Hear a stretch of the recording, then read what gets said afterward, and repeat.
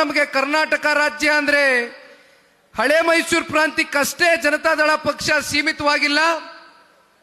ಕಲ್ಯಾಣ ಕರ್ನಾಟಕ ಇರಲಿ, ಕಿತ್ತೂರು ಕರ್ನಾಟಕ ಇರಲಿ, ಮಧ್ಯ ಕರ್ನಾಟಕ ಇರಲಿ, ಉತ್ತರ ಕನ್ನಡ ಇರಲಿ, ಜೊತೆಯಲ್ಲಿ ಬೆಂಗಳೂರು ನಗರ ಸೇರಿದಂತೆ ಇವತ್ತು 70ನೇ ವಿಧಾನಸಭಾ ಕ್ಷೇತ್ರ ಮೇಲ್ಕೋಟೆ ಕ್ಷೇತ್ರಕ್ಕೆ ಬಂದು ತಲುಪಿದ್ದೇನೆ.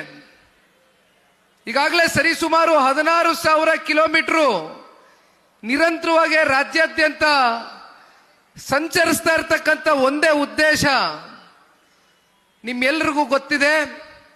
ಜನತಾದಳ ಪಕ್ಷ ಸನ್ಮಾನ್ಯ ದೇವೇಗೌಡರು ಸಾಹೇಬರ ಹೋರಾಟದ ಹಿನ್ನೆಲೆಯಲ್ಲಿ ಸ್ಥಾಪಿತವಾಗಿರ್ತಕ್ಕಂಥ ಪಕ್ಷ.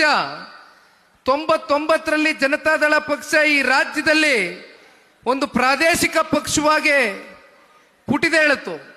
ಅಲ್ಲಿಂದ ಇಲ್ಲಿಯವರೆಗೂ ನಿರಂತರವಾಗಿ ಇತ್ತೀಚಿನ ದಿನಗಳಲ್ಲಿ 25 ವರ್ಷ ಅಂದ್ರೆ ನಾವೆಲ್ಲರೂ ಕೂಡ ಇದನ್ನ ಬೆಳ್ಳಿ ಮಹೋತ್ಸವ ಅಂತಕ್ಕಂಥದನ್ನ ಆಚರಣೆ ಮಾಡ್ತಕ್ಕಂಥ ಈ ಸುಸಂದರ್ಭ ಇವತ್ತು ಕಾಣ್ತಾ ಇದ್ದೇವೆ ಅಂತಕ್ಕಂಥದ್ದಾದ್ರೆ ಅದಕ್ಕೆ ಪಕ್ಷದಲ್ಲಿ ಯಾವುದೇ ಒಂದು ಸ್ವಾರ್ಥಗಳಿಲ್ಲದರ ನಿಸ್ವಾರ್ಥ ಸೇವೆಯ ಮೂಲಕ ಲಕ್ಷಾಂತರ ಜನ ಇವತ್ತು ಜನತಾದಳ ಪಕ್ಷದಲ್ಲಿ ಗುರುತಿಸಿಕೊಂಡು ಕಾರ್ಯಕರ್ತ ಬಂಧುಗಳು ಪಕ್ಷವನ್ನ ಕಟ್ಟತಕ್ಕಂಥದ್ದಕ್ಕೆ ಸನ್ಮಾನ್ಯ ದೇವೇಗೌಡರು ಸಾಹೇಬರ ಹೋರಾಟಕ್ಕೆ ಹೆಗಲಿಗೆ ಹೆಗಲು ಕೊಟ್ಕೊಂಡು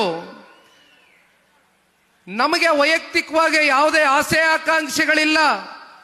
ಒಂದು ಪ್ರಾದೇಶಿಕ ಪಕ್ಷ, ಕನ್ನಡ ನಾಡಿನ ಅಸ್ಮಿಯತೆಗೋಸ್ಕರ ಹುಟ್ಟಿರ್ತಕ್ಕಂಥ ಈ ಪಕ್ಷ ಕನ್ನಡದ ನೆಲ ಜಲ ಭಾಷೆಗೆ ನಿರಂತರವಾಗಿ ಗುರುತಿಸ್ಕೊಂಡು ಹೋರಾಟ ಅಂತಕ್ಕಂಥದ್ದನ್ನ ನಾವಿವತ್ತು ಈ ಒಂದು ಮಂಡ್ಯ ಜಿಲ್ಲೆ ಅಂತಕ್ಕಂಥ ಪುಣ್ಯ ನಾಡಿನಲ್ಲಿ ಪುಣ್ಯ ಭೂಮಿಯಲ್ಲಿ ನಿಂತು ಮಾತನಾಡಬೇಕಾದ್ರೆ ಜನತಾದಳ ಪಕ್ಷಕ್ಕೂ ಮಂಡ್ಯ ಜಿಲ್ಲೆಗೂ ಇರ್ತಕ್ಕಂಥ ಒಂದು ಸಂಬಂಧ ಏನಪ್ಪಾ ಅಂದ್ರೆ ಮಂಡ್ಯ ಜಿಲ್ಲೆ ಅಂತ ಇದ್ದಂಗೆ ನಮ್ಮೆಲ್ಲರ ತಲೆಗೆ ಮೊದಲು ಬರ್ತಕ್ಕಂಥದ್ದು ಹೋರಾಟ ಅಂತ.